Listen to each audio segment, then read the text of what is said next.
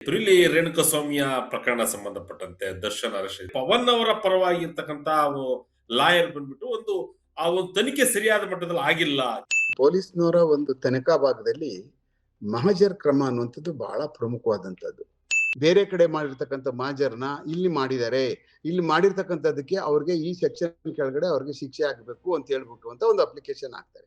Defence counsel ಅವರು prosecution ಬಂದು ನುಗ್ಗಿ ಕೆಲಸ ಮಾಡೋಕ್ಕಾಗಲ್ಲ. ಹಾಗೆ ಅವ್ರದೇ ಆದಂತ ಪರಿಮಿತಿಗಳಿರ್ತವೆ. ಅದನ್ನ ದಾಟಿ ಹೋದಾಗ ನ್ಯಾಯಾಧೀಶರುಗಳು ಅಡ್ಡ ಬರ್ತಾರೆ.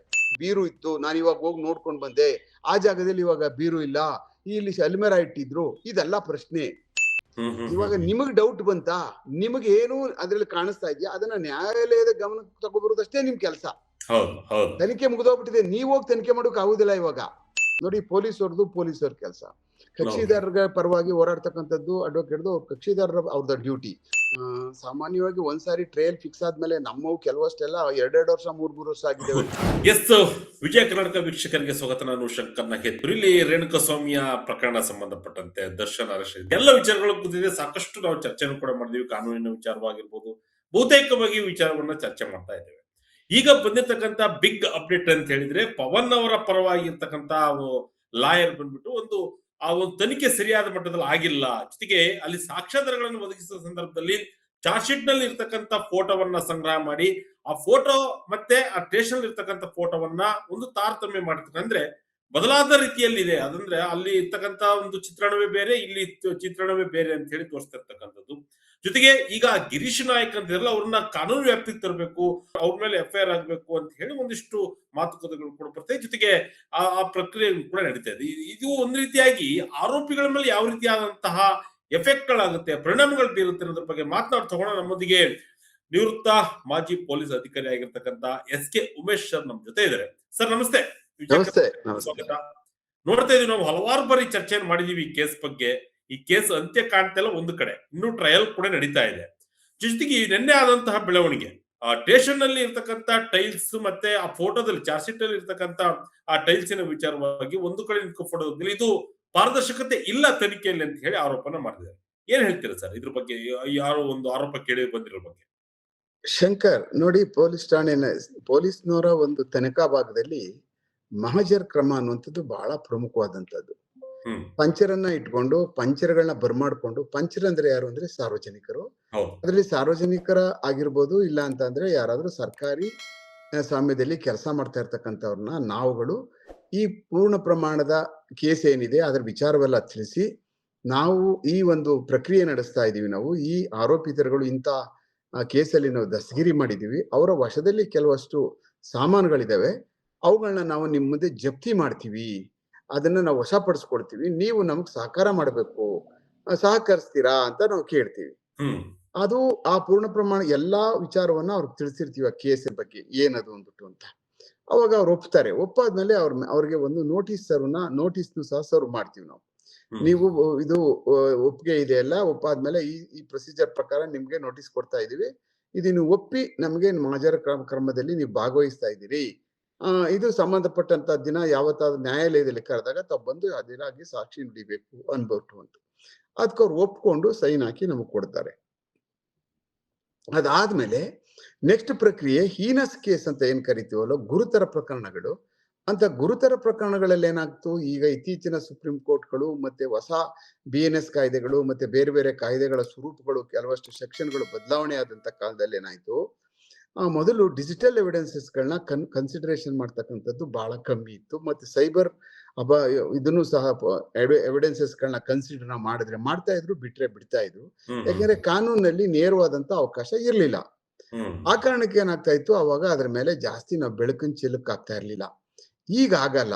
ಈಗ ಸ್ಪೆಸಿಫಿಕ್ ಆಗಿ ಏನಾಗ್ತಾ ಇದೆ, ನಮ್ಮ ಗೈಡ್ ಲೈನ್ಸ್ ಒಳಗಡೆನೆ ನಮ್ಮಲ್ಲಿರ್ತಕ್ಕಂಥ ಮ್ಯಾಂಡೇಟರಿ ಗೈಡ್ ಲೈನ್ಸ್ ಏನ್ಸ್ ಇರ್ತಾವೋ, ನೀವು ಈ ತರ ಒಂದು ಗುರುತರ ಪ್ರಕರಣವನ್ನ ತಾವು ತನಿಖೆ ಮಾಡ್ಬೇಕಾದಂತ ಸಮಯದಲ್ಲಿ ತಾವುಗಳು ಇಂತಿಂತಹ ಮಾನದಂಡಗಳನ್ನ ಅನುಸರಿಸಬೇಕು ಅಂತೇಳಿ ಫೋಟೋಗ್ರಫಿ, ವಿಡಿಯೋಗ್ರಫಿ, ಫಿಂಗರ್ ಪ್ರಿಂಟು ಮತ್ತೆ ಏನೇನೆಲ್ಲ ಸೈಬರ್ ರಿಲೇಟೆಡ್ ಸಂಬಂಧಪಟ್ಟಂಗೆ ನಾವುಗಳು ಅದನ್ನ ಅಳವಡಿಸ್ಕೊಳ್ಳೋಕೆ ಆಗಿದೆಯೋ, ಈಗಾಗ್ಲೇ ಬರೆದಿದೆಯೋ ಕಾನೂನಲ್ಲಿ, ಅವಕ್ಕೆಲ್ಲ ಇವಾಗ ಸಾಕ್ಷ್ಯಗಳನ್ನ ನ್ಯಾಯಾಲಯದಲ್ಲಿ ನುಡಿಬಹುದು, ಪ್ರೊಡ್ಯೂಸ್ ಮಾಡಬಹುದು ಅನ್ನುವಂಥ ವಿಚಾರದಲ್ಲಿ ತಾವುಗಳು ಅದೇ ರೀತಿ ಪಾಲಿಸ್ಬೇಕು ಅಂತ ಹೇಳ್ಬಿಟ್ಟು ಅಂತ ಹೇಳಿ ಅದಕ್ಕೆ ಗೈಡ್ಲೈನ್ಸ್ ಬಂದಿದ್ದಾವೆ, ಮತ್ತೆ ಪ್ರೊಸೀಜರ್ ಒಳಗಡೆನೂ ಸಹ ಸೇರ್ಕೊಂಡಿದೆ. ಹ್ಮ್ ಆ ಕಾರಣಕ್ಕೆ ಮೊದಲೇನ್ ಮಾಡ್ತಾ ಇದ್ದಂತ ಸಮಯದಲ್ಲಿ ಈ ಒಂದು ಸಾಕ್ಷಾತ್ಕಾರಗಳು ಅಷ್ಟೊಂದು ಗಮನ ಸೆಳೀತಾ ಇರ್ಲಿಲ್ಲ. ಯಾಕೆ ಅಂತಂದ್ರೆ ತಾವ್ ಕೇಳಿದ್ರೆ ಕೇಳ್ತಾರೆ, ಬಿಟ್ರೆ ಬಿಡ್ತಾರೆ, ಒಪ್ಕೊಂಡ್ರೆ ಒಪ್ಕೋತಾರೆ. ಹ್ಮ್ ಫೋಟೋ ಅವಲ್ಲ, ಫೋಟೋ ಎಲ್ಲ ಬಿಡ್ರಿ, ಅವೆಲ್ಲ ಆಗಲ್ಲ, ಎವಿಡೆನ್ಸ್ ಅಲ್ಲಿ ಇಲ್ಲ ಅದೆಲ್ಲ ಅಂತ ಅನ್ಬಿಡ್ತಾ ಇದ್ರು. ಬರೀ ಮುಖಸ್ಥಿತಿಗೆ ಏನ್ ಮಾಡ್ತಾ ಇದ್ರು, ನೋಡ್ತಾ ಇದ್ರು. ಓಹೋ, ಈ ದೃಶ್ಯ ಹಿಂಗಿತ್ತ, ಓ ಹಿಂಗ್ ಸಾಯಿಸಿದ್ರಾ, ಹಿಂಗ್ ಕತ್ತರಿಸಿದ್ರಾ, ಈ ತರ ವೆಪನ್ಗಳಿದ್ವು ಅಂತ ಅನ್ನುವಂಥದ್ದು ಒಂದು ಕೋರ್ಟ್ ನ ಗಮನಕ್ಕೆ ತರೋಕ್ಕೋಸ್ಕರ ನಾವು ಅದನ್ನೆಲ್ಲನೂ ನಮ್ಮ ತನಿಖಾ ಭಾಗದಲ್ಲಿ ಅಳವಡಿಸ್ಕೊಳ್ತಾ ಇದ್ವಿ. ಹ್ಮ್ ಆದ್ರೆ ಇವಾಗ ಇವು ಪೂರಕ ದಾಖಲೆಗಳು, ಇವು ಪ್ರೈಮರಿ ಎವಿಡೆನ್ಸಸ್ ಗಳಾಗಿರೋದ್ರಿಂದ ಬಹಳ ಅತ್ಯಂತ ಎಚ್ಚರಿಕೆಯಿಂದ ನಾವು ಮಾಡ್ತಕ್ಕಂಥ ಒಂದೊಂದು ಸಹ ಅಲ್ಲಿ ಬಹಳ ಬಹಳ ಅದ್ಭುತವಾಗಿ ನಾವು ಅದನ್ನ ಕ್ರೋಢೀಕರಿಸಿ ಅದನ್ನ ಎಲ್ಲಿ ಬರಿತೀವೋ, ಯಾವ ಜಾಗದಲ್ಲಿ ನಾವು ಅದನ್ನ ಸೀಸ್ ಮಾಡ್ತೀವೋ ಅದೇ ಜಾಗದಲ್ಲಿ ಬರೆದು ಅವರೇ ಪೂರ್ಣ ಎಲ್ಲಾ ಮಾಹಿತಿಗಳನ್ನ ಎಲ್ಲ ಬರೆದು ಅದನ್ನ ಪ್ರಿಂಟ್ ತೆಗೆದು ಅವರು ನಮ್ಮ ಯಾರು ಪಂಚರ್ ಇರ್ತಾರಲ್ಲ ಅವ್ರ ಸಮ್ಮುಖದಲ್ಲಿ ಅಲ್ಲೇ ಸೈನ್ ಹಾಕ್ಸಿ ಅದನ್ನ ನಾವು ನಮ್ಮ ತನಿಖಾ ಭಾಗವಾಗಿ ಅಳವಡಿಸ್ಕೊಡ್ತೀವಿ. ಹ್ಮ್ ಆ ಒಂದು ಏನ್ ಎವಿಡೆನ್ಸಸ್ ಗಳಿರ್ತಾವಲ್ಲ, ಆ ಪಂಚರ ಮುಖಾಂತರ ಅಳವಡಿಸ್ಕೊಂಡಂತಹ, ಪಂಚನಾಮೆ ಮುಖಾಂತರ ಅಳವಡಿಸ್ಕೊಂಡಂತಹ ಒಂದು ತನಿಖಾ ಭಾಗ ಏನಿರ್ತದಲ್ಲ, ಬಹಳ ಅತ್ಯಂತ ನಿಖರವಾದಂತ ಮತ್ತು ವಸ್ತುನಿಷ್ಠ ಮತ್ತೆ ಸರಿಯಾದಂತ ಕ್ರಮ ಮತ್ತೆ ಬಹಳ ಅದ್ಭುತವಾದಂತ ಎವಿಡೆನ್ಸ್ ತನಿಖಾ ಕಾಲದಲ್ಲಿ. ಹ್ಮ್ ಅವುಗಳಿಗೆ ಎಲ್ಲೂ ಪೆಟ್ಟಾಗಬಾರ್ದು. ಯಾವ ಹ್ಮ್ ಕಡೆನೂ ಸಹ ಅದ್ರ ಮೇಲೆ ಲವಲೇಶನು ಸಹ ಡೌಟ್ ಕ್ರಿಯೇಟ್ ಆಗಬಾರ್ದು. ಮತ್ತೆ ನ್ಯಾಯಾಧೀಶರಿಗೂ ಸಹ ಇದೇನೋ ಏನೋ ಏನೋ ಹೆಚ್ಚು ಕಡಿಮೆ ಮಾಡ್ಬಿಟ್ಟವ್ರ ಪೊಲೀಸರು ಅನ್ನುವಂತ ಮನಸ್ಸಿಗೆ ಬರಬಾರ್ದು.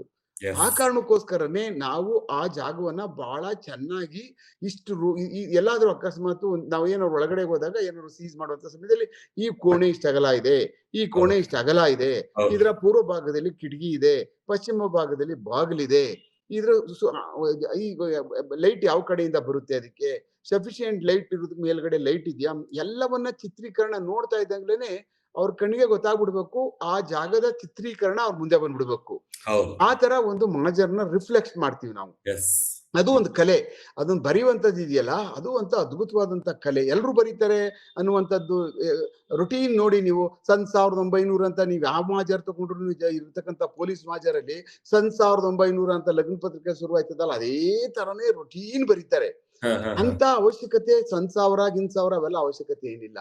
ನಾವು ಇಂಥ ದಿನಾಂಕ, ಇಂಥವರುಗಳ ಜಾಗದಲ್ಲಿ, ಇಂಥ ಸಮಯದಲ್ಲಿ ಇಂತಿಂಥವರ ರೂಬು ನಾವುಗಳು ಈಗ ಈ ಮಾಲ್ಗಳನ್ನ ಏನು ಜಪ್ತಿ ಮಾಡ್ಬೇಕಂತ ಮಾಲ್ಗಳನ್ನ ವಶಪಡಿಸ್ಕೊಂಡಿರ್ತಕ್ಕಂಥ ಜಾಗ, ಇಂಥ ಜಾಗದೊಳಗಡೆ ಇಂಥವ್ರು ಹೇಳಿ ನಾವು ಬರೆಸಿದ ಮಹಜರ್ ಕ್ರಮ ಅಂದ್ರೆ ಇದನ್ನ ಪಬ್ಲಿಕ್ಗಳು ಹೇಳಿ ಬರ್ಸಿ ನಮ್ಗೆ ಕೊಡ್ತಾರೆ. ಅವ್ರು ಹ್ಮ್ ಹೇಳಿದ್ನ ನಾವು ಬರ್ಕೊಡ್ತೀವಿ. ಹೌದು ನಾವಾಗಿದ್ ನಾವೇ ವಾಲಂಟಿಯರ್ ಮಾಜರ್ಗಳನ್ನ ಬರೆಯುವಂತದ್ದಲ್ಲ. ಯಾವುದೇ ಎಲ್ಲೂನು ಅದು ಒಂದು ಚೂರುನು ಸಹ ನ್ಯಾಯಾಲಯಕ್ಕೆ ನಾವು ಅದನ್ನ ತನಿಖಾ ಕಾಲದಲ್ಲಿ ಅಳವಡಿಸ್ಕೊಂಡಿರೋ ಕಾರಣದಿಂದ ಅದು ಎಲ್ಲೂನು ಸಹ ಅದು ಡೌಟ್ ಕ್ರಿಯೇಟ್ ಆಗ್ಬಾರ್ದು. ಎಸ್ ಇದ್ರಲ್ಲಿ ಏನ್ ಮಾಡ್ತಾ ಇದ್ದಾರೆ, ಅದನ್ನ ನ್ಯಾಯಾಲಯದ ಮುಂದೆ ಇಂಥ ಪ್ರಿಲಿಮಿನರಿ ಸ್ಟೇಜ್ ಇದು. ಈಗ ಅದನ್ನ ನಾನೋಗಿ ಟೆಸ್ಟ್ ಮಾಡ್ಬಿಡ್ತೀನಿ, ನಾನೋಗಿ ನೋಡ್ಕೊ ಬಂದ್ಬಿಡ್ತೀನಿ, ಅದಿಲ್ಯಾ, ಅದಿದ್ಯಾ ಇಲ್ವಾ, ನೋಡಿ ಈ ಫೋಟೋ ಒಳಗಡೆ ಇಂಥದ್ದಿದೆ, ಈ ಫೋಟೋ ಒಳಗಡೆ ಇಂಥದ್ದಿದೆ, ಹಿಂದ್ಗಡೆ ಬ್ಯಾಕ್ ಗ್ರೌಂಡ್ ಒಳಗಡೆ ಅಲ್ಲಿ ಒಂದು ಬೀರು ಇತ್ತು, ನಾನು ಇವಾಗ ಹೋಗಿ ನೋಡ್ಕೊಂಡ್ ಬಂದೆ, ಆ ಜಾಗದಲ್ಲಿ ಇವಾಗ ಬೀರು ಇಲ್ಲ, ಇಲ್ಲಿ ಅಲ್ಮೆರ ಇಟ್ಟಿದ್ರು. ಇದೆಲ್ಲ ಪ್ರಶ್ನೆ. ಇವಾಗ ನಿಮಗ್ ಡೌಟ್ ಬಂತಾ, ನಿಮಗೆ ಏನು ಅದ್ರಲ್ಲಿ ಕಾಣಿಸ್ತಾ ಇದೆಯಾ, ಅದನ್ನ ನ್ಯಾಯಾಲಯದ ಗಮನಕ್ಕೆ ತಗೊಬರುದಷ್ಟೇ ನಿಮ್ ಕೆಲಸ. ಹೌದು ಹೌದು ತನಿಖೆ ಮುಗಿದೋಗ್ಬಿಟ್ಟಿದೆ, ನೀವ್ ಹೋಗಿ ತನಿಖೆ ಮಾಡೋಕ್ ಆಗುದಿಲ್ಲ. ಇವಾಗ ನೀವೆಲ್ಲೋ ಕೂತ್ಕೊಂಡು ಬರ್ದ್ಬಿಟ್ಟಿದೀರಿ, ನೀವ್ ಹೇಗೋ ಮಾಡ್ಬಿಟ್ಟಿದೀರಿ. ಅದಕ್ಕೆ ಕೋರ್ಟ್ ಏನ್ ತಗೊಳುತ್ತೋ ಅದ್ ನಂಬ್ತದೋ ಇಲ್ವೋ ಅದ್ ಬೇರೆ ವಿಚಾರ. ಬಟ್ ನಾವು ಹೋಗ್ಬಿಟ್ಟು ಅಲ್ಲಿ ನೋಡ್ಕೊಂಡ್ ಬಂದು ನ್ಯಾಯಾಲಯಕ್ಕೆ ತಿಳಿಸ್ತೀನಿ, ನಾನು ಹೇಳ್ತೀನಿ, ನಾನು ಇದು ಯಾವುದೇ ಕಾನೂನಲ್ಲಿ ಅವ್ರಿಗೆ ಅವಕಾಶ ಕೊಟ್ಟಿಲ್ಲ. ಹಾ ಹಾ ಹಾ ಎಂಟ್ರಿ ಇಲ್ಲ ಅವಕಾಶ ಇಲ್ಲದೆ ಇರ್ತಕ್ಕಂಥದ್ನ ಮಾಡೋಕ್ ಆಗುದಿಲ್ಲ. ಹ್ಮ್ ನೋಡಿ ಸರ್, ನಾನು ಹೋದೆ ಪೊಲೀಸ್ ಸ್ಟೇಷನ್ಗೆ ಹೋದೆ ಸರ್, ಪೊಲೀಸ್ ಸ್ಟೇಷನ್ ಅಲ್ಲಿ ಅವ್ರದ್ದು ಬರೀ ಮೊಸಾಯಿಕ್ ಇರುವಂತದ್ದು, ಅವ್ರದ್ರಲ್ಲಿ ವೆಟ್ರಿಫೈಡ್ ಟೈಲ್ಸ್ ಇಲ್ಲ ಸರ್, ಆ ಕಾರಣಕ್ಕೋಸ್ಕರನೇ ಅಲ್ಲ ಬರದೇ ಇಲ್ಲ ಸರ್ ಅಂತ ಇವ್ರು ಹೋಗ್ಬಿಟ್ಟು ಹೇಳಿದ್ರು ಅದು ಎವಿಡೆನ್ಸು ಆಗಲ್ಲ. ಆಮೇಲೆ ಅಲ್ಲಿ ಬಂದು ಅವ್ರನ್ನ ಒಳಗಡೆ ಚೆಕ್ ಮಾಡ್ಬೇಕು ಅಂತ ಕೇಳಿದಾಗ ಇಂಥ ಪ್ರಕ್ರಿಯೆನಲ್ಲಿ ನಾವು ಪೊಲೀಸ್ ಸ್ಟೇಷನ್ ಅಲ್ಲಿ ನೀವ್ ಏನಾದ್ರೂ ಇಂಥ ಡಿಫೆನ್ಸ್ ಕೌನ್ಸಿಲ್ ಆಗಿಂದ ನಾಳೆ ದಿವಸ ನಮ್ಮಲ್ಲಿ ಬಹಳ ವ್ಯಾಲ್ಯೂಬಲ್ ರೆಕಾರ್ಡ್ಸ್ ಇರ್ತದೆ, ಬೇಡಪ್ಪ ಅಂತ ರಿಜೆಕ್ಟ್ ಮಾಡ್ಬೋದು. ಒಂದ್ ವೇಳೆ ಕೋರ್ಟ್ಗೆ ಹೋಗ್ಲಿ, ಅದು ಬೇರೆ ವಿಚಾರ. ಕೋರ್ಟ್ ನಮ್ಗೆ ಆದೇಶ ಕೊಡ್ತದೋ, ಯಾಕೆಂದ್ರೆ ಆ ಕಾನೂನಲ್ಲಿ ಅವಕಾಶನೇ ಇಲ್ಲ. ಆ ಟೈಮಲ್ಲಿ ತನಿಖೆ ಮಾಡ್ಬಿಟ್ಟು ದಾಖಲಾತಿಗಳು ತಂದು ಕೊಡಿ ಅಂತ ಹೇಳುದಕ್ಕೆ. ನಿಮ್ದು ಇಷ್ಟೇನೆ, ಆ ಜಾಗದಲ್ಲಿ ಬರ್ದಿರ್ತಕ್ಕಂಥದ್ದು ನಾನ್ ನೋಡಿದೀನಿ, ಅಲ್ಲ ಅದ್ ಬರ್ದಿರೋದು ಬೇರೆ ಕಡೆ ಇದೆ ಅಷ್ಟೇ. ಅದ್ ಬಿಟ್ರೆ ಬೇರೆ ಸಹ ಯಾವುದೇ ನಾವು ಅತಿ ಹೆಚ್ಚು ಏನು ಮಾಡೋಕ್ ಆಗಲ್ಲ. ಆ ಕಾರಣಕ್ಕೆ ಅದು ಬರ್ದಿರ್ತಕ್ಕಂಥವ್ರು ಬರೆಯುವಂತ ಸಮಯದಲ್ಲಿ ಆರೋಪಿತರಿರ್ತಾರೆ. ಆರೋಪಿತರನ್ನು ಸಹ ನಾಳೆ ದಿವಸ ಆರೋಪಿತರ ಹತ್ರ ಹೋಗಿ ಕೇಳ್ತಾರೆ, ಇವ್ರು ಎಲ್ಲಿ ಬರ್ದ್ರಿ ಮಾಜರ್ನ ಅಂತ. ಹೌದು ಹೋಗ್ತಾರೆ ಹೌದು ಅಡ್ವೊಕೇಟ್ಗಳು ಅವ್ರು ಭೇಟಿ ಆಗ್ತಾರೆ, ಮಾತಾಡಿಸ್ತಾರೆ, ಈ ಮಾಜರ್ ಎಲ್ಲಿ ಬರ್ದ್ರು, ಈ ಮೊಬೈಲ್ಗಳಲ್ಲಿ ಹಿಡ್ಕೊಂಡು ನಿಂತಿದ್ರಲ್ಲ ಯಾವ ಪೊಲೀಸ್ ಸ್ಟೇಷನ್ ಬರ್ದು ಅಂತ ಕೇಳ್ತಾರೆ, ಅವ್ರು ಹೇಳ್ತಾರೆ. ಹೌದು ಅದಾದ್ಮೇಲೆ ಪಂಚರ್ಗಳು ಇರ್ತಾರಲ್ಲ, ಪಂಚರ್ಗಳೂನು ಸಹ ಅವ್ರನ್ನ ಎಲ್ಲೋ ಬರ್ದ್ಬಿಟ್ಟು ಇಂಥ ಕಡೆ ಬರ್ದಿ ಅಂತ ಹೇಳಿದಾಗ ಅವ್ರು ಕೋರ್ಟಲ್ಲಿ ನಿಂತ್ಕೊಂಡು ಹೇಳಕ್ ಭಯ ಬೀಳ್ತಾರ, ಅವ್ರು ಹಂಗ್ ಮಾಡಲ್ಲ ಅವರು. ಹಾ ಖಂಡಿತವಾಗ್ಲು ಈಗ ಹಂಗ್ ಒಂದು ಮಾಡ್ಲಿಕ್ಕೆ ಬರಲ್ಲ. ಹೊರಗಡೆ ಕಾಮಾಕ್ಷಿಪಾಳ್ಯ ಪೊಲೀಸ್ ಸ್ಟೇಷನ್ ಲಿಮಿಟ್ ಒಳಗಡೆ ಪೊಲೀಸ್ ಸ್ಟೇಷನ್ ಅಲ್ಲಿ ಬರದು ಅಂತ ಅನ್ನುವಂಥದ್ದು ಪೊಲೀಸ್ ಸ್ಟೇಷನ್ ಅವತ್ತು ಹೋಗಿದ್ದು ಅಂದ್ರೆ ಮಾರಲಿ ಬೂಸ್ಟ್ ಆಗ್ತಾರ ಅವರು. ಹೌದು ಎಲ್ಲೋ ಬರ್ದ್ಬಿಟ್ಟು ಸರ್ ಅಕಸ್ಮಾತ್ ಯಾವ್ದೋ ಚಂದ್ರ ಲೇಔಟ್ ಅಲ್ಲಿ ಬರ್ದ್ಬಿಟ್ಟು ನಾವು ಕಾಮಾಕ್ಷಿಪಾಳ್ಯ ಪೊಲೀಸ್ ಸ್ಟೇಷನ್ ಅಲ್ಲಿ ಬರ್ದ್ರು ಅಂತ ಆತ್ಮಸಾಕ್ಷಿ ವಿರುದ್ಧ ವಂಚನೆ ಮಾಡ್ಕೊಳ್ಳಲ್ಲ ಅದು. ಹ್ಮ್ ಹ್ಮ್ ಹ್ಮ್ ಅಕಸ್ಮಾತ್ ಹಂಗೇನಾರ ಮಾಡಿದ್ರೆ ಪೊಲೀಸ್ ಅಧಿಕಾರಿ ಅದು ಮಾಜರ್ ಅನ್ಸುದೇ ಇಲ್ಲ ಅದು. ಹ್ಮ್ ಹ್ಮ್ ಹ್ಮ್ ಯಾಕೆ ಅಂದ್ರೆ ಅವ್ರಿಗೆ ಇಂಪ್ರಿಂಟ್ ಮಾಡ್ಬೇಕಾದಂತ ಯಾವ್ದು ಇದು ಅಂದ್ರೆ ಅದೇ ಜಾಗದಲ್ಲಿ ಬರಿಬೇಕು. ಎಸ್ ಅವತ್ತೊಂದ್ ದಿವಸ ಅದನ್ನ ಆ ರೆಪ್ಲಿಕಾನ ಅವರು ಏನ್ ಮಾಡಿದ್ರು, ಆ ಡಿಫೆನ್ಸ್ ಕೌನ್ಸಿಲ್ ಏನೇ ಹೇಳಿದ್ರು ಅದನ್ನ ನ್ಯಾಯಾಲಯದಲ್ಲಿ ಸರಿಯಾದಂತ ನಡೆದಂತ ಪ್ರಕ್ರಿಯೆನ ಪೂರ್ಣ ಪ್ರಮಾಣದಲ್ಲಿ ಹೇಳ್ತಾರೆ. ಹ್ಮ್ ಇಲ್ಲ ಹ್ಮ್ ಅಂತ ಅಂದ್ರೆ ಅವ್ರುಗಳು ಎಲ್ಲಿ ನಡೀತಲ್ಲ ಅದೇ ಪೊಲೀಸ್ ಸ್ಟೇಷನ್ ಅಲ್ಲಿ ಬರ್ದ್ರು ಸರ್ ನಾವ್ ಅಲ್ಲೇ ಇದ್ದೋ ಅಲ್ಲೋ ಕರ್ಸ್ಕೊಂಡ್ರು, ನಮ್ಗ್ ಕಾಮಾಕ್ಷಿಪಾಳ್ಯದ ಬಗ್ಗೆ ಎಲ್ಲ ನಮ್ಗೆ ಗೊತ್ತಿಲ್ಲ ಅನ್ಬಿಡ್ತಾರ ಅವರು. ಎಸ್ ಖಂಡಿತ. ಆ ಕಾರಣಕ್ಕೆ ಇಂಥ ರಿಸ್ಕ್ ನ ಯಾವಾಗ್ಲೂ ಪೊಲೀಸರುಗಳು 99.9 ತಗೊಳಕ್ ಹೋಗುದಿಲ್ಲ ಶಂಕರ್. ಎಸ್ ಖಂಡಿತ. ಮಹಜರು ಅನ್ನೋದೇ ಪ್ರಕ್ರಿಯೆ ಏನಿದೆಯಲ್ಲ ಅದೊಂದು ಆ ಒಂದು ಕೇಸಿನ ಬಗ್ಗೆ ಬರ್ತಕ್ಕಂತ ಮಹತ್ವ ಬಹಳಷ್ಟಿದೆ ಸರ್. ಮಹಜರು ಹೌದು ಅಂದ್ರೆ ಹೌದೌದು ನಾವು ಬಹಳಷ್ಟು ಕೇಸ್ಗಳು ನೋಡಿದೀನಿ. ಮಹಜರು ಅಂದ್ರೆ ಆ ಪ್ರಕ್ರಿಯೆನ ಒಂದ್ ರೀತಿಯಾದಂತಹ ಸತ್ಯ ಘಟನೆಯನ್ನ ಒಂದ್ ರೀತಿಯಾಗಿ ಮತ್ತೆ ಮರುಸ್ಥಾಪಿಸಿದ ರೀತಿಯಲ್ಲಿ ಇರುತ್ತೆ. ಅದು ಎಲ್ಲೂ ಒಂಚೂರು ನೀವು ಹೇಳಿದ ಹಾಗೆ ಎಲ್ಲಾದ್ರೂ ಒಂದು ಕಡೆ ವ್ಯತ್ಯಾಸ ಆದ್ರೂ ಕೂಡ ತನಿಖಾಧಿಕಾರಿಗಳ ಮೇಲೆ ಬಹಳಷ್ಟು ಎಫೆಕ್ಟ್ ಬೀಳುತ್ತೆ ಅಂತ. ಹೌದು ನೋಡಿ, ಅದರಲ್ಲಿ ಚೈನ್ ಆಫ್ ಎವಿಡೆನ್ಸ್ ಅಂತ ಬರ್ತವೆ. ಹ್ಮ್ ಹ್ಮ್ ಒಂದಕ್ಕೊಂದು ಸರಪಳಿಗಳು ಸರಿಯಾಗಿದ್ರೆ ಆ ಸರಪಳಿ ಸರಿಯಾಗಿತ್ತು ಅಂತಾದ್ರೆ ಕಟ್ಟಿರ್ತಕ್ಕಂಥ ವಸ್ತು ಎಳ್ಕೊಂಡ್ ಬರ್ತದೆ. ಹ್ಮ್ ಒಂದೇ ಒಂದು ಎಲ್ಲಾದ್ರೂ ಒಂದು ಸರಪಳಿಯ ಲಿಂಕ್ ಲೂಸ್ ಇತ್ತು ಅಂತಾದ್ರೆ ನಾವು ಕಟ್ಟಿರ್ತಕ್ಕಂಥ ಸಾಮಾನ್ ಬರಲ್ಲ. ಹ್ಮ್ ಹ್ಮ್ ಹ್ಮ್ ಅಲ್ಲಿಗೆ ನಾವು ಸೋತು ಅಂತ ಅರ್ಥ ನಮ್ ಎಸ್ ಕೇಸಲ್ಲಿ. ಖಂಡಿತ. ಆ ಕಾರಣಕ್ಕೋಸ್ಕರ ಮಹಾಜರ್ ಅಂತ ಅನ್ನುವಂಥದ್ದು ಏನಿರ್ತದಲ್ಲ ಅದು ಎಂಜಿನ್ ಮತ್ತೆ ಫ್ಯೂಯಲ್ ಇದ್ದಂಗೆ ಕೇಸ್ಗೆ. ಎಸ್ ಖಂಡಿತ. ಇಡೀ ಕೇಸ್ನ ಅವಿದ್ರೇನೆ ಫ್ಯೂಯಲ್ ಅಂಡ್ ಆ ಎಂಜಿನ್. ಕೇಸ್ ಓಡ್ತಕ್ಕಂಥದ್ದೇ ಅದು ಆ ವಿಚಾರಕ್ಕೆ. ಹೌದೌದು. ಖಂಡಿತ. ಇನ್ ಉಳಿದಿದ್ದೆಲ್ಲ ಬೇರೆ ಏನೇನಲ್ಲ ಅದಕ್ಕೆಲ್ಲ ನಾವೆಲ್ಲ ಕಟ್ಟಿರ್ತೀವಲ್ಲ ಅದು ಉಳಿದಿದ್ ಪಾರ್ಟ್ ಅದು. ಅದನ್ನ ಹೆಂಗ್ ಬೇಕಾದ್ರೂ ಯಾವ ಟೈಮಲ್ಲಿ ಟಿಂಕ್ರಿಂಗಾರ ಮಾಡ್ಬೋದು, ನಾವು ಏನಾರ ಬೇಕಾದ್ರೂ ಮಾಡ್ಕೋಬಹುದು. ಬಟ್ ಈ ಭಾಗ ಏನಿರ್ತದಲ್ಲ ಆ ಪರ್ಮನೆಂಟ್ ಅದು ಫಿಕ್ಸ್ಚರ್ ಯಾವ ಕಾರಣಕ್ಕೂ ಅದ್ ಇಲ್ದೆ ನಡೀದ ಮುಂದಕ್ಕೆ ಹೋಗುದೇ ಇಲ್ಲ ಅದು ಹ್ಮ್ ಹ್ಮ್ ಹ್ಮ್ ಹ್ಮ್ ಕೇಸ್ಗಳಲ್ಲಿ. ಇದ್ರಲ್ಲಿ ಹ್ಮ್ ಯಾಕೆ ಅಷ್ಟೊಂದು ಅದಕ್ಕೆ ಪ್ರಾಮುಖ್ಯತೆ ಕೊಡ್ತಾವ್ರ ಅವರು ಅಂತ ಅಂದ್ರೆ ಅಡ್ವೊಕೇಟ್ ಅವರು ಏನ್ ಸೀಸ್ ಮಾಡಿರ್ತಕ್ಕಂಥ ಮೊಬೈಲ್ ಇದಾವಲ್ಲ, ಮೊಬೈಲ್ ಅಲ್ಲಿ ಏನು ಬಂದಿರ್ತಕ್ಕಂಥ ಸಿಡಿಆರ್ ಗಳು ಇದಾವೆ ನೋಡಿ, ಹ್ಮ್ ಅದ್ರಲ್ಲಿ ಒಂದು ಅನಾಲಿಸಿಸ್ ರಿಪೋರ್ಟ್ ಹಾಕವ್ರೆ ಅವರು ತನಿಖಾಧಿಕಾರಿ. ಯಾರ್ಯಾರು ಯಾವ್ಯಾವ ಸಮಯದಲ್ಲಿ ಈ ಕೊಲೆ ನಡೆದಂತ ಸಮಯದಲ್ಲಿ ಎಲ್ಲೆಲ್ಲಿದ್ರು, ಹ್ಮ್ ಯಾರ್ಯಾರು ಹೆಂಗ್ ಮಾತಾಡಿದ್ರು, ಹೇಗೆ ಒಟ್ಟಿಗೆ ಸೇರಿದ್ರು, ಯಾರನ್ನ ಕರೆದ್ರು, ಯಾರನ್ನ ಕರೆದಾಗ ಯಾರು ಎಲ್ಲಿಗೆ ಹೋದ್ರು, ಎಸ್ ಕರೆದವ್ರು ಎಲ್ಲಿದ್ರು ಅನ್ನುವಂತ ಒಂದು ಒಂದು ಬಹಳ ಅದ್ಭುತವಾದಂತ ಒಂದು ಅನಾಲಿಸಿಸ್ ರಿಪೋರ್ಟ್ ಹಾಕಿದ್ದಾರೆ.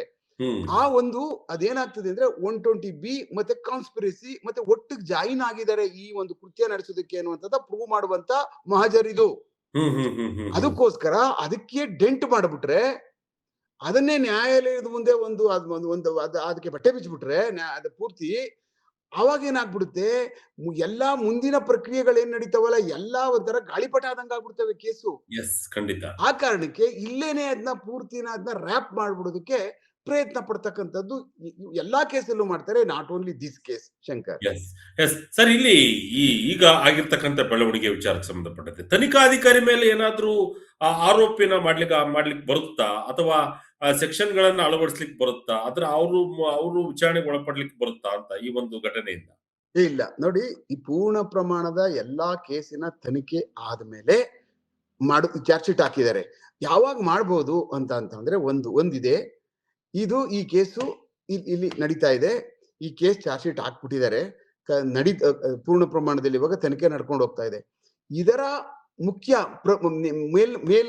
ಇದಕ್ಕೆ ಹೈಕೋರ್ಟ್ ಹೋಗಿ ಈ ಮಾಡಿರ್ತಕ್ಕಂಥ ತನಿಖೆ ನಮಗೆ ಸರಿ ಇಲ್ಲ, ಈ ಮಾಡಿರ್ತಕ್ಕಂಥ ತನಿಖೆ ಮೇಲೆ ನಮ್ಗೆ ನಂಬಿಕೆ ಇಲ್ಲ, ಇವ್ರು ಮಾಡಿರ್ತಕ್ಕಂಥದ್ದು ಎಲ್ಲೋ ಅವ್ರಿಗೆ ಇಂಡೈರೆಕ್ಟ್ ಸಪೋರ್ಟ್ ಆಗ್ಬಿಟ್ಟಿದೆ ಅಂತ ಅನ್ನುವಂಥದ್ದ ನ್ಯಾಯಾಲಯದ ಮುಂದೆ, ಹೈಕೋರ್ಟ್ ಮುಂದೆ ಅದನ್ನ ಎಲ್ಲ ಒಂದು ಸಾಕ್ಷ್ಯಾಧಾರಗಳನ್ನ ಅದನ್ನ ಕೊಟ್ಟು ಅಲ್ಲಿ ಮಾಡಿ ನಮ್ಗೆ ಇದನ್ನ ಹೆಚ್ಚಿನ ತನಿಖೆಗೆ ಕೊಡಬೇಕು, ಈ ತನಿಖೆ ಸಾಲಲ್ಲ,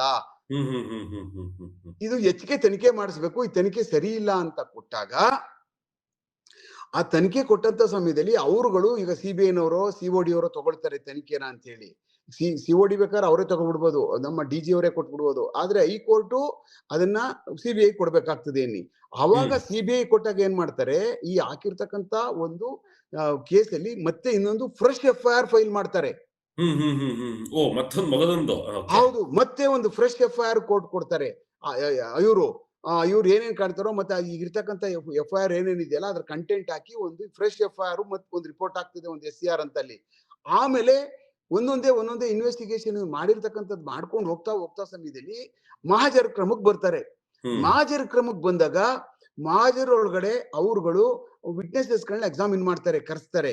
ನೀವ್ ಎಲ್ಲಿ ಆಗುದ್ರಿ, ನೀವ್ ಎಲ್ಲಿ ಸೈನ್ ಹಾಕಿದ್ರಿ, ಯಾವ ಜಾಗಕ್ಕೆ ಹೋದ್ರಿ, ಎಲ್ಲಿ ಮಾಡಿದ್ರಿ, ನಿಮ್ಗೆ ಯಾಕೆ ಆ ಜಾಗದಿಂದ ಮಾಡಾದ್ಮೇಲೆ ಈ ಜಾಗಕ್ಕೆ ಯಾಕೆ ನೀವು ಸುಳ್ಳು ಹೇಳ್ಬಾರ್ದು ಅಂತ ಹೇಳಿ ಅವ್ರಿಗೆ ಹೇಳಿದಾಗ ಅವಾಗ ಏನಾಗುತ್ತೆ, ಆ ಕೇಸಲ್ಲಿ ಮಾಡ್ಕೊಂಡು ಬರ್ತಾರೆ. ತನಿಖೆ ಮಾಡ್ಕೊಂಡು ಬಂದಂತ ಸಮಯದಲ್ಲಿ ಕೊನೆಯಲ್ಲಿ ಅವ್ರಿಗೆ ಕಾಣಿಸಿದ್ರೆ ಫ್ಯಾಬ್ರಿಕೇಟೆಡ್ ಆಫ್ ಎವಿಡೆನ್ಸ್ ಅಂತ ಗೊತ್ತಾದ್ರೆ ಅವಾಗ ತನಿಖಾಧಿಕಾರಿನ ಫ್ಯಾಬ್ರಿಕೇಟೆಡ್ ಎವಿಡೆನ್ಸ್ ಅಲ್ಲಿ ಅರೆಸ್ಟ್ ಮಾಡಬಹುದು, ಅವ್ರ ಮೇಲೆ ತನಿಖೆ ಮಾಡ್ತಕ್ಕಂಥದ್ದಾಗ್ತದೆ.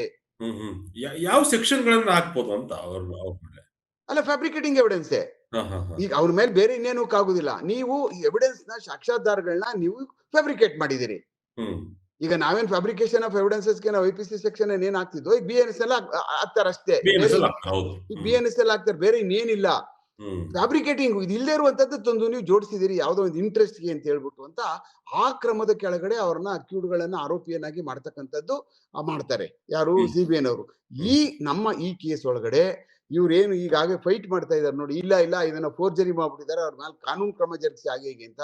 ಈ ಸಮಯದಲ್ಲಿ ಕಾನೂನಲ್ಲಿ ನನಗ್ ಗೊತ್ತಿರೋ ಪ್ರಕಾರ, ನನ್ನ ಅನುಭವದಲ್ಲಿ ಅವ್ರ ಮೇಲೆ ಕ್ರಮ ಜರುಗಿಸೋದಕ್ಕೆ ಸಾಧ್ಯ ಆಗಲ್ಲ. ನ್ಯಾಯಾಲಯ ಯಾವ ನಿಲುವನ್ನ ತಗೊಳ್ತದೆ, ಎವಿಡೆನ್ಸ್ ಕಾಲಿದೆ, ಎವಿಡೆನ್ಸ್ ಆಯ್ತು, ನೀವೇನ್ ಹೇಳ್ತೀರೋ ಹೇಳಿ ಅಷ್ಟೇ, ದಾಖಲು ಮಾಡ್ಕೊಳ್ತದೆ. ಮತ್ತೆ ಅವ್ರು ವಿಟ್ನೆಸಸ್ ಎಕ್ಸಾಮಿನ್ ಮಾಡ್ಬೇಕಲ್ಲ, ವಿಟ್ನೆಸಸ್ ಎಕ್ಸಾಮಿನ್ ಆಗ್ಬೇಕಲ್ಲ, ಅವ್ರು ಮಾಜರ್ ವಿಟ್ನೆಸಸ್ ಗಳೇನ್ ಹೇಳ್ಬೇಕಲ್ಲ, ಅದು ತಾನೇ, ದಟ್ ಈಸ್ ಅನ್ ಆರ್ಟ್. ಅದು ಹೃದಯ ಭಾಗ ಅವ್ರು ಬಂದು ಹೇಳುವಂತದ್ದು. ನಾವು ಅದೇ ಜಾಗದಲ್ಲಿ ಬರ್ದಿದ್ದೀವಿ, ಅದೇ ಆ ಜಾಗ ನಾವು ಸೈನ್ ಹಾಕಿದೀವಿ, ನಮ್ ಮುಂದೆ ಬರ್ದಿದ್ದಾರೆ, ನಮ್ ಎದುರುಗಡೆ ಸೀಸ್ ಮಾಡ್ಕೊಂಡಿದ್ದಾರೆ ಅಂತ ಅವ್ರಿಗೆ ಬೇಕಾದ್ರೆ ಕ್ವಶನ್ ಮಾಡ್ಲಿ. ನೀವ್ ಅಲ್ಲಿಲ್ಲ, ನೀವ್ ಸುಳ್ಳು ಹೇಳ್ತಾ ಇದ್ದೀರಿ, ನೀವ್ ಎಲ್ಲೋ ಯಾವ್ದೋ ಬೇರೆ ಜಾಗದಲ್ಲಿ ಮಾಡಿದಿರಿ, ನೀವ್ ಸಾರ ಹೇಳ್ಕೊಳ್ಳಿ, ನಮ್ಗೆ ನಾವು ಮಾಡಿದ್ದು ಅದೇ ಜಾಗ, ನಾವ್ ಅವತ್ತು ಅಲ್ಲಿದ್ವಿ, ನಮ್ಮನ್ನ ಕರೆದ್ರು, ನಾವು ಹೋದ್ವಿ, ನಾವ್ ಎಲ್ಲ ನಮ್ ಮುಂದೆ ಎಲ್ಲ ತೋರ್ಸಿದ್ರು, ನಮ್ ಮುಂದೆ ಎದುರುಗಡೆ ಜಪ್ತಿ ಮಾಡಿದ್ರು, ಯಾವ್ಯಾವ ಮೊಬೈಲ್ ನಂಬರ್ಗಳು ಅಂತ ತೋರಿಸಿ ಎಲ್ಲ ನಮ್ಗೆ ಮೊಬೈಲ್ ತೋರಿಸಿದ್ರು, ಆ ಕೇಸಿನ ಪೂರ್ಣ ವಿವರಣೆ ಎಲ್ಲ ನಮ್ಗೆ ಹೇಳಿದ್ರು. ಅದ್ ಬಿಟ್ಟು ಬೇರೆ ನಮ್ಗೆ ಇನ್ನೇನು ಗೊತ್ತಿಲ್ಲ. ಅಷ್ಟ್ ಮಾಡ್ಬಿಟ್ಟು ನಾವು ನಮ್ ಕಡೆಗೆ ನಮ್ ಪಾಡಗ್ ನಾವು ಮನೆಗೆ ಹೋದೋ ಅಷ್ಟೇ. ಅಷ್ಟ್ ಹೇಳಿದ್ರೆ ಅವ್ರು ನೀವೇನೋ ಸುಳ್ಳು ಹೇಳ್ತೀರಿ, ನಥಿಂಗ್ ಡೂಯಿಂಗ್. ಅದಾದ್ಮೇಲೆ ಇನ್ಫರೆನ್ಸ್ ಡ್ರಾ ಮಾಡೋದಕ್ಕೆ ಕೋರ್ಟ್, ನ್ಯಾಯಾಲಯ ಅದಕ್ಕೆ ಅದ್ ಮಾಡುತ್ತೆ. ಅದ್ರ ಮೇಲೆ ಇನ್ಫರೆನ್ಸ್ ಡ್ರಾ ಮಾಡ್ಬೋದು. ಹೌದಾ, ಓಹೋ ಹಿಂಗ, ಇದು ಈ ತರನ, ಇಲ್ಲ ಸಪೋರ್ಟ್ ಮಾಡಿದಾರಲ್ಲ ಪಕ್ಕ ಅವರು ಎವಿಡೆನ್ಸಸ್ಗೆ, ಇವರು ಮಾಜರ್ದಾರಗಳು, ಇಲ್ಲೇನಾದ್ರು ನಡೆದಿದ್ಯ ಅನ್ನುವಂಥದ್ರ ಮೇಲೆ ಇನ್ಫ್ಲೂಯೆನ್ಸ್ ಡ್ರಾ ಮಾಡೋದಕ್ಕೆ ಮತ್ತೆ ಅದ್ರ ಮೇಲೆ ನ್ಯಾಯಾಲಯಕ್ಕೆ ಬಹಳ ಅಪಾರವಾದಂತ ಅವ್ರದೇ ಆದಂತ ಒಂದು ಡಿಸ್ಕ್ರಿಷನರಿ ಒಂದೇನಿರ್ತದಲ್ಲ, ಪವರ್ಸ್ ಇರ್ತದಲ್ಲ, ಅದ್ರ ಮೇಲೆ ಅವ್ರು ಎವಿಡೆನ್ಸ್ಗಳನ್ನ ಕಂಡಕ್ಟ್ ಮಾಡ್ಕೊಂಡು, ಟ್ರಯಲ್ಗಳನ್ನ ಮಾಡ್ಕೊಂಡು, ಈ ಉಳಿದಿದ್ದ ಸಾಕ್ಷ್ಯಾಧಾರಗಳನ್ನ ಮಾಡ್ಕೊಂಡು ಹೋಗ್ತಾರೆ. ಅವರು ಸ್ಟಾರ್ಟಿಂಗ್ ಅಲ್ಲೇನೆ ಇದ್ರದ ಒಂದು ಪ್ರಭಾವನ ಹಿಂಗ್ ಮಾಡೋಣ, ಈ ತರ ಜನಗಳ ಮುಂದೆ ಇಡೋಣ, ಪೊಲೀಸರು ಹಿಂಗ್ ತಪ್ಪು ಮಾಡ್ಬಿಟ್ಟಿದ್ದಾರೆ ಅಂತ ಅನ್ನುವಂಥದ್ನ ಒಂದು ಇವರು ಜಿದ್ದು ಬಿದ್ದು ಮಾಡ್ಬಿಟ್ಟಿದ್ದಾರೆ. ಇವರು ಸುಪ್ರೀಂ ಕೋರ್ಟ್ಗೆ ಹೋಗಿ ಅಲ್ಲಿ ಮಾಡ್ಬಿಟ್ಟಿದ್ದಾರೆ, ಕ್ಯಾನ್ಸಲ್ ಮಾಡಿಸಿದ್ರು ಅಂತೇಳಿ. ಮತ್ತೆ ಇವರು ಇಲ್ಲ ಇವ್ರಿಗೆ ಏನಾದ್ರು ಮಾಡ್ಬೇಕು ಅನ್ನುವಂತ ಜಿದ್ದಿನ ಪ್ರಶ್ನೆ ಇಲ್ಲಿ ಬರಲ್ಲ. ಇಲ್ಲಿ ಯಾವ ಕಾರಣಕ್ಕೂ ಜಿದ್ದು ಅನ್ನುವಂಥದ್ದು ಇಲ್ಲಿ ಏನಿಲ್ಲ. ಅಲ್ಲಿ ಏನ್ ಎವಿಡೆನ್ಸಸ್ ಮಾಡಿ ಪ್ರಯೋಜನ ಇಲ್ಲ ಏನು.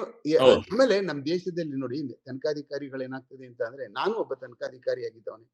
ತನಿಖೆ ಮಾಡಾದ್ಮೇಲೆ ಒಂದ್ ಸ್ವಲ್ಪ ದಿವಸ, 1 ವರ್ಷ ಆದ್ಮೇಲೆ ಜೈಲಲ್ಲಿ ಇತ್ತು ಅಂದ್ರೆ, 1 ವರ್ಷ ಜೈಲಲ್ಲಿ ಇದ್ನಲ್ಲ, ಎಲ್ಲ ಬುದ್ಧಿ ಕಲ್ತ್ಕೊಂಡಿರ್ತಾನೆ ಬಿಡು, ಹಾಳಾಗ್ ಹೋಗ್ಲಿ ಪಾಪ, ಇನ್ನೇನ್ ನಮ್ಗೆ ಅನ್ನಿಸ್ತದೆ. ನಾನೊಬ್ಬ ಅಷ್ಟು ಕಟುವಾದಂತ ತನಿಖಾಧಿಕಾರಿ ಆಗಿದ್ರು ಆಯ್ತು ಬಿಡು, ಏನೋ 1 ವರ್ಷ ಆಯ್ತು ಸಾಕು, ಬುದ್ಧಿ ಬಂದಿದೆ, ಈಗ ಇನ್ ಶಿಕ್ಷೆ ಕೊಟ್ಟು ಇನ್ ಜೀವನ ಪರ್ಯಂತ ಕೊಳಿದೆ ಅವಶ್ಯಕತೆ ಎಲ್ಲ, ಇಷ್ಟೊತ್ತಾಗ್ಲೇ ಬುದ್ಧಿ ಕಲ್ತ್ಕೊಂಡಿರ್ತಾರೆ, ಇದ್ ಮಾಡ್ಲಿ ಅನ್ನುವಂತ ಒಂದು ಎಲ್ಲೋ ನಮ್ಮ ಮನಸ್ಸಿನಲ್ಲಿರ್ತಕ್ಕಂಥ ಆ ಒಂದು ತನಿಖೆಯ ಏನು ಲೈನ್ಗಳಿರ್ತಾವಲ್ಲ, ಅಲ್ಲಿ ಒಂದು ಸಿಕ್ ಅಂತ ಕರೀತಾರಲ್ಲ, ಅದು ಎಲ್ಲೋ ಅವ್ರಿಗೆ ವರದಾನ ಆಗ್ತಾ ಹೋಗ್ತವೆ. ಅದನ್ನ ಬಹಳ ಅಷ್ಟೊಂದು ಗಟ್ಟಿಯಾಗಿ ತಗೊಳಕ್ ಹೋಗಲ್ಲ ಎಲ್ಲ ತನಿಖಾಧಿಕಾರಿಗಳು. ಸಾಮಾನ್ಯವಾಗಿ ನಾವು ಕೆಲವು ಸಲ ಕನ್ವಿಕ್ಷನ್ ಮಾಡಿಸ್ತೀವಿ, ಏನಾದ್ರೂ ಆಗ್ಲಿ ಮಾಡ್ಲೇಬೇಕಿದನ್ನ, ಇವನು ಮಾತ್ರ ಬಿಡಬಾರ್ದು, ಇವನು ಇಂಥ ಬರ್ಬೇರಿಯನ್ ಆಗಿ ಮರ್ಡರ್ ಮಾಡಿದ್ದಾರೆ ಅಂತ ಅನ್ನೋದು ನಮ್ಮ ತಲೆಯಲ್ಲಿ ಹಲವಾರು ಕೇಸಸ್ಗಳು ಬಂದು ಕೂತ್ಕೊಂಡಾಗ ಅದನ್ನ ಚಾಲೆಂಜ್ ಆಗಿ ತಗೊಂಡು ಮಾಡಿರ್ತಕ್ಕಂಥದ್ದು ಇದೆ. ತನಿಖಾಧಿಕಾರಿ ಚಾಲೆಂಜ್ ಆಗಿ ತಗೊಂಡು ಅವ್ರಿಗೆ ಎವಿಡೆನ್ಸ್ ಹೇಳಿಸ್ಲೇಬೇಕು, ಅವ್ರಿಗೆ ನಾವು ಕೋರ್ಟ್ ಒಳಗಡೆ ಅವ್ರ ಕಟಕಟೆ ನಿಲ್ಲಿಸಿ ಪೂರ್ತಿ ಎಲ್ಲಾ ಎವಿಡೆನ್ಸಸ್ ನ ನ್ಯಾಯಾಲಯ ಒಪ್ಪುತ್ತರ ಮಾಡಬೇಕು ಅನ್ನುವಂಥದ್ದು ಮನಸ್ಸು ಮಾಡ್ಬಿಟ್ರೆ 100ಕ್ಕೆ 100ರಷ್ಟು ಮಾಡ್ಬೋದು. ಯಾವ ಕಾರಣಕ್ಕೂ ಎಲ್ಲೇ ಯಾರೇ ಬಂದ್ರು ಸಹ ಅದರಿಂದ ತಪ್ಪಿಸ್ಕೊಳ್ಳೋಕ್ ಸಾಧ್ಯ ಆಗೋದಿಲ್ಲ. ನಾವೇನ್ ಮಾಡಿರ್ತೀವೋ ಅದನ್ನ ನೀಟಾಗಿ ನ್ಯಾಯಾಲಯದ ಮುಂದೆ ಪ್ರೆಸೆಂಟೇಷನ್ ಮಾಡ್ಬಿಟ್ರೆ ಆ ಅದ್ ಅದ್ರಲ್ಲಿ ಸಜಾ ಮಾಡಿಸ್ಕೊಳ್ಳೋದ್ರಲ್ಲಿ ಏನು ತಪ್ಪೇನಿಲ್ಲ. ಆ ಕಾರಣಕ್ಕೆ ಇರ್ತಕ್ಕಂಥ ಈಗೇನು ತುಂಬಾ ಅದ್ರ ಮೇಲೆ ಕ್ವಶನ್‌ಗಳು ಬರ್ತಾವೆ ಶಂಕರ್. ನೋಡ್ತಾ ಇದೀವಿ. ಇಷ್ಟೊಂದು ಬೇಕಾಗಿತ್ತಾ? ಈಗ ಹೌದು. 300 ಜನ ಸಾಕ್ಷಿದಾರಗಳು ಬೇಕಾಗಿತ್ತಾ? 500 ಜನ ಅದು ನನ್ನ ತನಿಖೆನೇ ಬೇರೆ. ನಾನು ಎಷ್ಟು ಪ್ರಿಸೈಸ್ ಆಗಿ ಮಾಡ್ತೀನಿ, ಎಷ್ಟು ಚೆನ್ನಾಗಿ ನ್ಯಾಯಾಲಯಕ್ಕೆ ಕನ್ವಿನ್ಸ್ ಆಗೋ ತರ ಎವಿಡೆನ್ಸ್‌ಗಳು ಕೊಡ್ತೀನಿ. ಹೌದು, ಎಷ್ಟು ಖಂಡಿತ. ಜನನ ನೀಟಾಗಿರ್ತಕ್ಕಂಥವ್ರನ್ನ, ಬಹಳ ಸ್ವಚ್ಛಂದವಾಗಿರ್ತಕ್ಕಂಥ, ಬಹಳ ಒಳ್ಳೆ ಗುಡ್ ಕ್ಯಾರೆಕ್ಟರ್‌ನ ಎವಿಡೆನ್ಸ್‌ಗೆ ಮಾಜರ್ದಾರಗಳನ್ನ ನಾನು ಇಟ್ಕೊಂಡಿದ್ದೀನಿ. ಅವ್ರು ಈ ಹಿಂದೆ ಯಾವಾಗ್ಲೂ ಸ್ಟಾಕ್ ವಿಟ್ನೆಸಸ್ ಅಲ್ವಾ? ಯಾವುದೇ ಬೇರೆ ಕೇಸ್‌ಗಳಲ್ಲಿ ಇದುವರೆಗೂ ಸಾಕ್ಷಿಗಳು ಹೇಳಿಲ್ವಾ? ಹ್ಮ್. ಪೊಲೀಸರ ಕಡೆ ಇರುವಂತವ್ರ ಕರೆದ ತಕ್ಷಣನೇ ಇವ್ರು ಏನಾದ್ರು ಓಡ್ ಬರ್ತಾರ? ಏನಾದ್ರು ಯಾವಾಗ ಈ ರೌಡಿ ಎಲಿಮೆಂಟ್‌ಗಳ ಎದುರ್ಕೊಂಡು ಪೊಲೀಸ್‌ನವರುಗಳಿಗೆ ಬಂದು ಸಾಕ್ಷಿಗಳನ್ನೇನಾರು ಹೇಳ್ಬಿಡುವಂತವ್ರ? ಇಂಥ ಎಲ್ಲಾ ಒಂದು ಮಾರ್ಗದರ್ಶನಗಳನ್ನೂ ಸಹ ನ್ಯಾಯಾಲಯ ಪರಿಗಣನೆ ಮಾಡುತ್ತೆ. ಆ ಹೌದು. ಕಾರಣಕ್ಕೆ ಅಲ್ಲಿ ಬರ್ತಕ್ಕಂಥವ್ರು, ಸಾಕ್ಷಿ ಹೇಳ್ತಕ್ಕಂಥವ್ರ ಒಂದು ಕ್ಯಾರೆಕ್ಟರ್‌ನೂ ಸಹ ಬಹಳ ಅತ್ಯಂತ ಗಣನೀಯವಾಗಿ ನ್ಯಾಯಾಲಯ ಗಮನಿಸುತ್ತೆ. ಎಸ್. ನೋಡಿ ಸರ್, ತನಿಖಾಧಿಕಾರಿಗಳ ಜವಾಬ್ದಾರಿ ಕೂಡ ಬಹಳಷ್ಟು ಇರುತ್ತೆ ಅನ್ನೋದು ಬಹಳಷ್ಟು ಸ್ಪಷ್ಟವಾಗಿ ಹೇಳಿದ್ರು. ಜೊತೆಗೆ ಸರ್, ಇಲ್ಲಿ ಈ ರೀತಿಯಾದಂತಹ ಬೆಳವಣಿಗೆಗಳಿಂದ ಒಳಗಡೆ ಇರ್ತಕ್ಕಂಥ ಆರೋಪಿಗಳ ಮೇಲೆ ಬೀರ್ತಕ್ಕಂಥ ಪರಿಣಾಮಗಳೇನಾಗುತ್ತೆ ಅಂತ ಏನಾದ್ರೂ ಪ್ಲಸ್ ಆಗುತ್ತಾ, ಮೈನಸ್ ಆಗುತ್ತಾ, ಅಥವಾ ಪಾಸಿಟಿವ್ ಏನಾದ್ರು ಅಂಶಗಳೇನಾದ್ರು ಆಗುತ್ತಾ ಕೇಸಿಂದ ಆಚೆ ಬರ್ಲಿಕ್ಕೆ? ಈ ರೀತಿಯಾದಂತ ಏನಾದ್ರು ನಡಿಬೋದಾ? ಇಲ್ಲ, ಇದೊಂದೇ ಕೇಸಲ್ಲಿ ಈ ತರ ಆಗ್ತದೆ ಅಂತ ನಾನು ಹೇಳಲ್ಲ. ಪ್ರತಿಯೊಂದು ಕೇಸ್‌ಗಳಲ್ಲೂ ಸಹ ನಮ್ಗೆ ಇದೇ ತರನೇ ಡಿಫೆನ್ಸ್ ಕೌನ್ಸಿಲ್‌ಗಳು ನಮ್ಮ ವಿರುದ್ಧ ಬೀಳ್ತಾರೆ. ನೀವು ಮಾಡೇ ಇಲ್ಲ, ನೀವು ಮಾಡಿರೋದೆಲ್ಲ ಸುಳ್ಳು, ಅವ್ನ್ ಪರವಾಗಿ ಏನೋ ಮಾಡಿದಿರಿ, ಅವನ ಕಡೆಯಿಂದ ಏನಾದ್ರು ದುಡ್ಡು ತಗೊಂಡ್ಬಿಟ್ಟಿರ್ಬೋದು ನೀವು. ಮತ್ತೆ ಯಾವಾಗ ಪದೇ ಪದೇ ಅವರೆಲ್ಲ ಪೊಲೀಸ್ ಸ್ಟೇಷನ್‌ಗೆ ಬಂದು ನಿಮ್ಗೆಲ್ಲ ಭೇಟಿ ಮಾಡ್ತಿದ್ರು. ಮತ್ತೆ ನಿಮ್ಗೇನೋ ಒಂದ್ ಸಂಬಂಧ ಇದೆ. ಮತ್ತೆ ಅವರಿಂದ ಏನೋ ನೀವು ಲಾಭ ತಗೊಂಡಿದ್ದೀರಿ. ಇಂಥದ್ದೆಲ್ಲನೂ ನಮ್ಗೂನು ಸಹ ಕೆಲವಷ್ಟು ಎಲ್ಲನೂ ಕ್ಯಾರೆಕ್ಟರ್ ಅಸಾಸಿನೇಷನ್ ನಮ್ಗೂನು ಸಹ ಆಗಿರ್ತಕ್ಕಂಥ ಸಮಯದಲ್ಲಿ ನ್ಯಾಯಾಧೀಶರುಗಳು ಅಡ್ಡ ಬಂದಿರ್ತಕ್ಕಂಥದ್ದು, ಪ್ರಾಸಿಕ್ಯೂಷನ್ ಸೈಡ್ ಅವರು ನಮ್ಮ ಪರವಾಗಿ ನಿಲ್ಲುವಂಥದ್ದು ಇದೆ. ಬಹಳ ತೀರಾ ನಮ್ಮನ್ನ ಪರ್ಸನಲ್ ಅಟ್ಯಾಕ್ ಮಾಡಿರ್ತಕ್ಕಂಥವ್ರನ್ನು ನಾವು ನೋಡಿದೀವಿ. ಕೆಲವಷ್ಟು ಜನಕ್ಕೆ. ನಮಗಂತೂ ಬಹಳ ಕಮ್ಮಿ. ಯಾಕೆಂದ್ರೆ ಬಹಳ ನಾವು ಗೌರವವಾಗಿ ಕೇಸ್‌ಗಳು ನಡ್ಸ್ಕೊಂಡು ಹೋಗ್ತಾ ಇರುವಂತ ಸಮಯದಲ್ಲಿ ನಮ್ಮ ಪರ್ಸನಲ್ ಅಟ್ಯಾಕ್ ಮಾಡಿರ್ತಕ್ಕಂಥ ಅಡ್ವೊಕೇಸಿಗಳವರು ನಮ್ಗೆ ಬಹಳ ಕಮ್ಮಿ ಇದ್ದಾರೆ. ಯಾಕೆಂದ್ರೆ ನಾವು ಬಹಳ ಗೌರವಯುತವಾಗೇ ಮಾಡ್ತಾ ಇದ್ವಿ. ಇದ್ದುದ್ದ ಯಾವುದನ್ನೂ ಇದ್ದಂಗೆ ಮಾಡ್ತಿದ್ವಿ. ಆ ಕಾರಣಕ್ಕೆ ನಾವು ಅಂಥದ್ದು ಇಲ್ಲ ಅಂದ್ರೆ ಬೇರೆಯವರಂತೂ ಸಿಕ್ಕಾಪಟ್ಟೆ ಈ ತರ ಒಂದು ಹ್ಯುಮಿಲಿಯೇಷನ್‌ಗೆ ಬಾಕ್ಸಲ್ಲಿ ನಿಂತ್ಕೊಂಡು ಬಹಳ ಅವರು ಸಿಗಾಕೊಂಡು ಆಮೇಲೆ ಅಧ್ಯಯನ ಸರಿಯಾಗಿ ಮಾಡ್ಕೊಂಡು ಹೋಗ್ಬೇಕಲ್ಲ ನಾವುನುವೆ. ಹೌದು, ಮತ್ತೆ ಖಂಡಿತ. ಅಧ್ಯಯನ ಮಾಡ್ತಾ ಇರುವಂತ ಸಮಯದಲ್ಲಿ ಏನಾಗ್ತದೆ, ಇಂಥ ಕೇಸ್ ನಡಿಬೇಕಂತ ಸಮಯದಲ್ಲಿ ಪ್ರತಿಯೊಂದು ದಿವಸನೂ ಸಹ ಹೋಗ್ತಕ್ಕಂಥ ನ್ಯಾಯಾಲಯಕ್ಕೆ ಹೋಗ್ತಕ್ಕಂಥ ಯಾರಿದಾರೋ ಪೊಲೀಸ್ ಅಧಿಕಾರಿಗಳು ಅವ್ರುಗಳ ಅಪ್ರೈಸ್ ಮಾಡುವಂತದ್ದು, ವಿಟ್ನೆಸಸ್‌ಗಳಿಗೆ ಏನು ನೀವು ಇದುವರೆಗೂ ಹೇಳಿದಿರಿ, ನಿಮ್ಮ ಎವಿಡೆನ್ಸ್ ಏನು ಅಂತ ಅನ್ನುವಂಥದ್ದನ್ನ ಅವ್ರಿಗೆ ಎನ್ಲೈಟ್ಮೆಂಟ್ ಅಂತ ಕರಿತೀವಿ. ಅವ್ರಿಗೆ ಅದನ್ನ ಅವತ್ತೊಂದ್ ದಿವಸ ಇದೇ ಹೇಳಿದ್ದು, ಇದೇ ಮಾಡಿದ್ದು ಅಂತ ಅನ್ನುವಂಥದ್ದನ್ನ ಫ್ರೆಶ್ ಮಾಡಿ ಮೆಮೊರಿನ ರಿಫ್ರೆಶ್ ಮಾಡುವಂತದ್ದು, ಇದೆಲ್ಲ ಬಹಳ ಜವಾಬ್ದಾರಿ ಇರ್ತದೆ.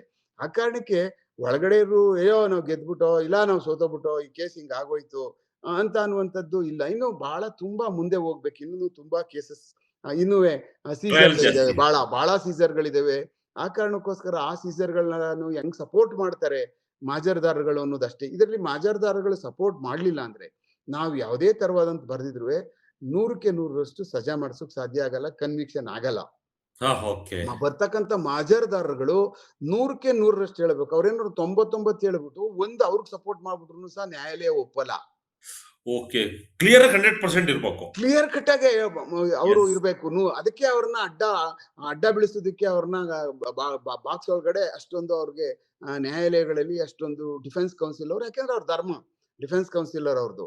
ಅವ್ರನ್ನ ಏನಾದ್ರು ಮಾಡಿ ಅವ್ರನ್ನ ಅವ್ರಿಗೂನುವೆ ಬಹಳ ಚೆನ್ನಾಗಿ ಹೊರೆ ಹೆಚ್ಚಿ ಅವ್ರಿಗೆ ಏನೆಲ್ಲ ಏನಾದ್ರೂ ಹೆಚ್ಚು ಕಡಿಮೆ ಇದ್ರುವೆ ಅದನ್ನ ಈಚೆ ತಂದ್ಬಿಡ್ಬೇಕು ಅನ್ನುವಂತ ಒಂದು ಫೈಟ್ ನಲ್ಲೇನೆ ಡಿಫೆನ್ಸ್ ಕೌನ್ಸಿಲ್‌ಗಳು ಪ್ರಯತ್ನ ಪಡ್ತಾ ಇರ್ತಾರೆ.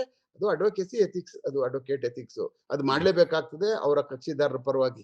ಆ ಕಾರಣಕ್ಕೋಸ್ಕರನೇ ನಾವು ತನಿಖಾಧಿಕಾರಿಗಳೇನು ಸಂಗ್ರಹಿಸಿ ಮತ್ತೆ ಈಗಾಗಲೇನೆ ನಮ್ಮ ಜೊತೆ ಇರ್ತಕ್ಕಂಥ ಮಾಜರ್ದಾರಗಳಿಗೆ ಪ್ರೊಟೆಕ್ಷನ್ ಕೊಟ್ಟು ಇವ್ರಿಗೆ ವಿಟ್ನೆಸ್ ಸಾಕ್ಷಿದಾರರುಗಳಿಗೆ ಅವ್ರನ್ನ ನ್ಯಾಯಾಲಯಕ್ಕೆ ಸರಿಯಾದಂತ ಸಮಯದಲ್ಲಿ ನ್ಯಾಯಾಲಯದ ಮುಂದೆ ಬಂದು ಹೇಳ್ತಕ್ಕಂಥದ್ನ ನಮ್ ಕೆಲಸ ಅದು. ನೋಡಿ, ಪೊಲೀಸರ ಕೆಲಸ. ಹೌದು. ಕಕ್ಷಿದಾರರ ಪರವಾಗಿ ಹೋರಾಡ್ತಕ್ಕಂಥದ್ದು ಅಡ್ವೊಕೇಟ್‌ದು, ಕಕ್ಷಿದಾರರ ಅವ್ರದ್ದು ಡ್ಯೂಟಿ, ಅವ್ರ ಧರ್ಮ ಅದು.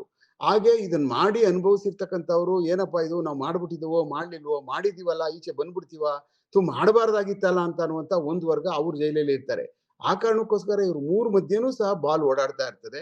ಹ್ಮ್. ಕಾರಣಕ್ಕೆ ನ್ಯಾಯಾಲಯ ಯಾವ ರೀತಿ ಅದನ್ನ ಪರಿಗಣನೆಗೆ ತಗೊಳುತ್ತೆ, ಹ್ಮ್. ಎಷ್ಟು ಮಟ್ಟಿಗೆ ಅದನ್ನ ಸ್ವೀಕಾರ ಮಾಡುತ್ತೆ ಅನ್ನೋದು ಅಷ್ಟು ಬಹಳ ಇಂಪಾರ್ಟೆಂಟ್ ವಿಚಾರ. ಆ ಕಾರಣಕ್ಕೆ ನಾವು ಇದ್ರೆ ನೋಡಿ, ಹಲವಾರು ಪ್ರಕರಣಗಳನ್ನ ನಾನು ನೋಡಿದ್ದೀನಿ. ತುಂಬಾ ನನ್ನ 31 ವರ್ಷ ಸರ್ವಿಸ್ ಅಲ್ಲಿ ಹ್ಮ್. ನನ್ನ ಯಾವುದೇ ಒಂದು ಪ್ರಕರಣದಲ್ಲಿ ಸುಪ್ರೀಂ ಕೋರ್ಟ್‌ಗೆ ಹೋಗಿ ವಜಾದಂತ ಯಾವುದು ಇರ್ಲಿಲ್ಲ.